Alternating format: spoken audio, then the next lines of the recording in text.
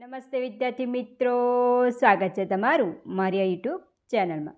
તો વિદ્યાર્થી મિત્રો, આજે આપણે વિષય ગણિતમાં સીસીની પરીક્ષામાં પૂછાયેલા પ્રશ્નો જોઈશું, જેમાં તારીખ 9/5/2024ની શિફ્ટ 1 અને 2નો સમાવેશ કરવામાં આવેલો છે.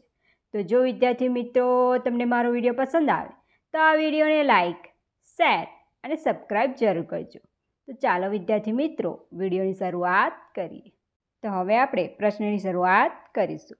પ્રશ્ન છે, 2 ઉમેદવારો વચ્ચેની ચૂંટણીમાં ઉમેદવાર એને કુલ મતોના 55% મળ્યા, જ્યારે ઉમેદવાર બીને બાકીના મત મળ્યા.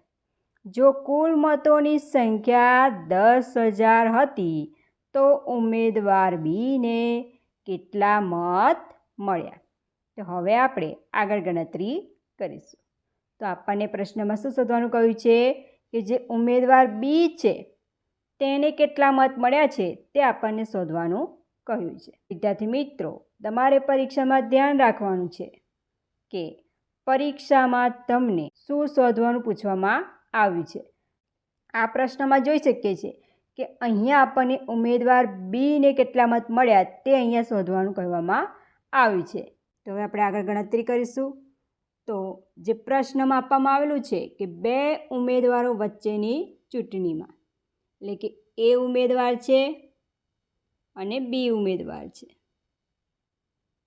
ને કુલ મતોના 55% મત મળ્યા, એટલે જે એ છે તેને 55% મત મળ્યા છે. એટલે જ્યાં બી ઉમેદવાર હશે તેને કેટલા મત મળ્યા હશે? 45% મત મળ્યા હશે. હવે આગળ જોઈએ, જ્યારે ઉમેદવાર બીને બાકીના મત મળ્યા, એટલે કે અહીંયા જોઈ શકીએ છીએ બાકીના મત એટલે કે 45% મત તે કોને મળ્યા છે? ઉમેદવાર બીને. જો કુલ મતોની સંખ્યા, અહીંયા ધ્યાનમાં રાખવાનું છે કુલ મત આપવામાં જ આવેલા છે, કેટલા છે? 10,000 હતી તો ઉમેદવાર બીને કેટલા મત મળ્યા? તો હવે આપણે આગળ ગણતરી કરીશું. તો સૌપ્રથમ આપણે શું કરીશું? જે ઉમેદવાર એને જે મત મળ્યા છે તે આપણે શોધીશું. તો બરાબર એને જે મત મળ્યા છે કેટલા છે? 55%. ટકા એટલે છેદમાં 100 આવશે, ગુણ્યા કુલ કેટલા મત છે? 10,000. તો અહીંયા લખીશું 10,000. હવે આગળ છેદ ઉડાડીશું, શૂન્ય જશે, શૂન્ય જશે, શૂન્ય જશે, શૂન્ય જશે, બાકી કેટલા રહ્યા? 55 ગુણ્યા 100. તો બરાબર 55 ગુણ્યા 100 કરીશું તો આપણને જવાબ કેટલો મળી જશે? 5,500. આ જવાબ મળી જશે. પણ જે આ મત મળ્યા છે તે મત કોના છે? એના છે. પણ આપણે કોના શોધવાના છે? ઉમેદવાર બીને કેટલા મત મળ્યા છે તે શોધવાનું છે. હવે આગળ શું કરીશું? જે 10,000 છે તેમાંથી આપણે 5,500 બાદ કરીશું. તો અહીંયા 10,000 લખેલા છે તો માઇનસ શું કરીશું? 5,500 બાદ કરીએ તો બરાબર. હવે આગળ બાદબાકી કરીએ.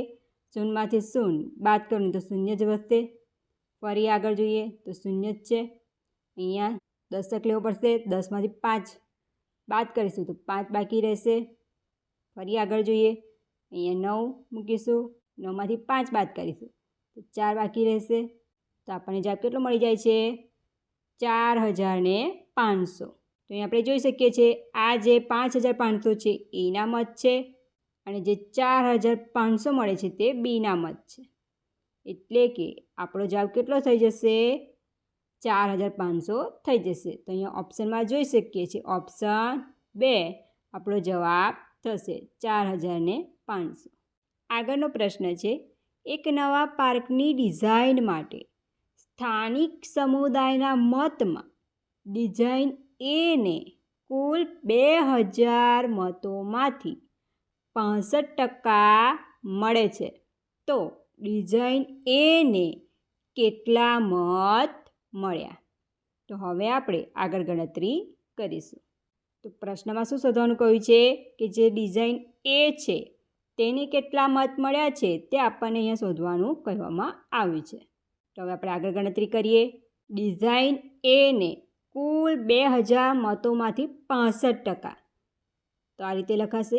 એને કેટલા મત મળ્યા છે? 65%. પણ કેટલામાંથી?